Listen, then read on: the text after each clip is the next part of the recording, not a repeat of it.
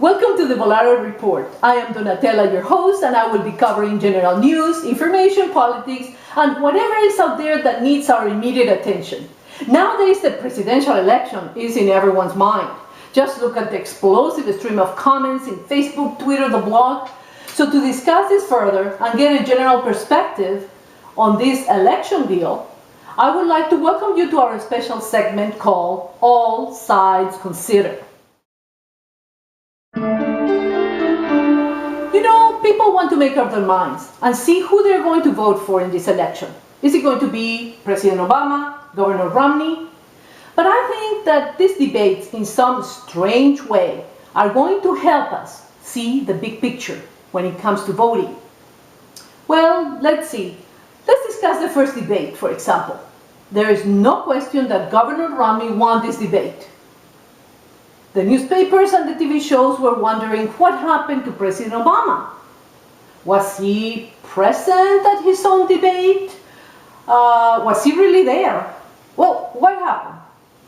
We still don't know. This week, Jon Stewart interviewed the president and asked him what happened during this first debate. Unfortunately, President Obama gave him talking points. We did not get an answer. This is still a big mystery to the whole country.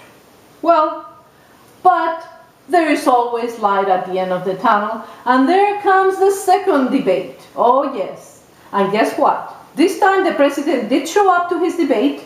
He did participate, and most of all, he did so well that I think he won. And I think most of us know that. So now, President Obama and Mitt Romney are even. And then we'll find out what happened in the third debate to come next week. However, in this second debate, there were some disturbing instances where Governor Romney was over-aggressive against President Obama and stepped out of the debate guidelines and boundaries. Not good. Let's take a look at this clip. Whole bunch of oil companies. I had a question, and the question was, how much did you cut them by? You want me to answer How much did you cut them by? I'm happy to answer the question. All right. You'll get your chance in a moment. I'm still speaking. Well, And the answer is, I don't believe people think that's the case, because that wasn't a question. Okay. That was a statement. That was an ouch moment. Governor Romney was disrespectful to the president. But it's more than that. He was disrespectful to the office of the president.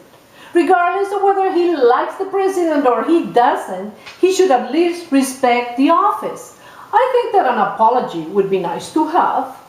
As far as what we saw in this debate, well, as James Lipton, you know, the movie theatrical expert, stated in Hardball, you know, the Chris Matthews show in MSNBC, he commented that this election is going to come down to two things. Either we're going to elect the president or we are going to elect a CEO/boss.